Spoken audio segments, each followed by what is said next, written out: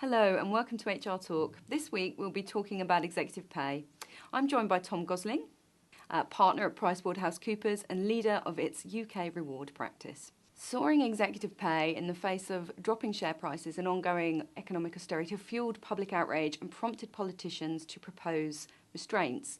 Most recently, Prime Minister David Cameron promised to clamp down on excessive reward for top execs, and Business Secretary Vince Cable is due to publish the government's response to their consultation on exec pay later this month.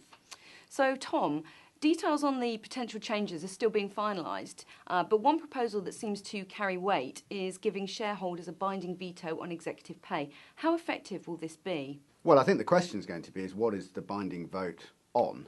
And actually there is a danger that we have law of unintended consequences here, and having a binding vote makes it less effective. I think the fear amongst shareholders is that if a vote against a remuneration proposal actually stops executives being paid, the consequences of that are so severe that actually investors will be less willing to cast their vote against a remuneration report than is the case today. And I think the reality is, even now, with the advisory vote, if sufficient shareholders do vote against a company's proposals, companies do change. So I think investors feel that actually this probably won't make a lot of difference. Could this kind of shareholder veto stop large payouts for dismissed executives? Well, I think it depends again on what the vote is actually on, and one possibility would be to make termination payments to executives subject to and conditional on a shareholder vote. The problem with that is you'd have to make sure you sacked your executives pretty close to an AGM, otherwise it'd be rather a long wait before you could ratify the payments.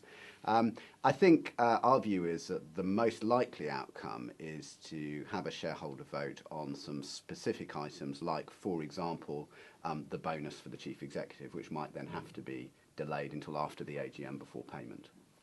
But we'll need to wait and see. Companies could also be asked to provide more details to make high pay more transparent. So what kind of information would be required and how could it help? Well, there are really two or three areas of information being suggested by the government. One is that there should be a single figure for the total pay of senior executives.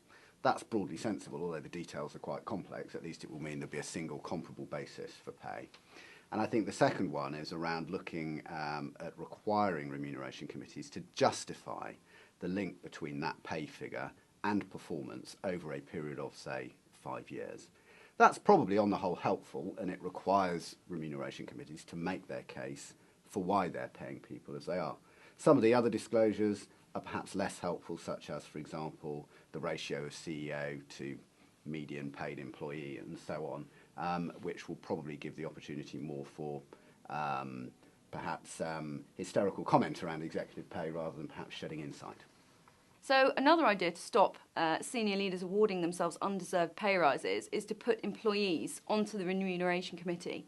This sounds like a good idea, but what are the pitfalls? Yeah, well, I think the pitfalls are formidable. I think that the employee on the committee would not be a full director of the company, and there's therefore a question about how it fits in with the legal structure of UK company law with a unitary board. There's also a real practical challenge, which is that members of the remuneration committee, in judging the executive's performance, is using their experience of how those executives have been performing through the year, what the strategic challenges facing the company are, its strategic priorities. That will be information that won't be available to an employee representative sitting on the board. We think that there are better alternatives than putting an employee on the remuneration committee. And what are the alternatives? Well, for example, you could require remuneration committees to explain the decisions that they'd come to through the year to some form of selected employee forum. You could require them to include in employee engagement surveys questions about how employees felt about executive pay, to feed that into the remuneration committee. We think that that might actually be more constructive than really some of the very difficult challenges that would be faced by trying to insert an employee into the committee itself. What about the idea of linking top pay to a multiple of the average salary in an organisation? Would this work in practice? That has been tried in one or two private organisations, and experience suggests that actually it is very difficult to sustain that in the face of market forces and market pressures. And yeah, the UK undoubtedly operates in a very global environment for pay and for executives. And I think it is difficult for one country to stand out too much in terms of how it constrains pay for senior executives. And if legislation changes do make it harder to award executives large sums, what will the knock-on effect be for talent recruitment? Well, I think the government is very aware of the risks of making the UK seem an unattractive place to do business, and there's a balance for the government between meeting the undoubted public concern about executive pay, whilst at the same time not sending messages to the outside world that talent shouldn't come here if it wants to be rewarded. I think that therefore the government is going to focus more on transparency, making information available, and also accountability through giving shareholders the tools they need to do the job of holding executives to account, rather than through trying to place arbitrary limits on how pay is structured or what its amount is. Thank you very much, Tom. Thank you. That's it for this week. Until next time, thanks very much.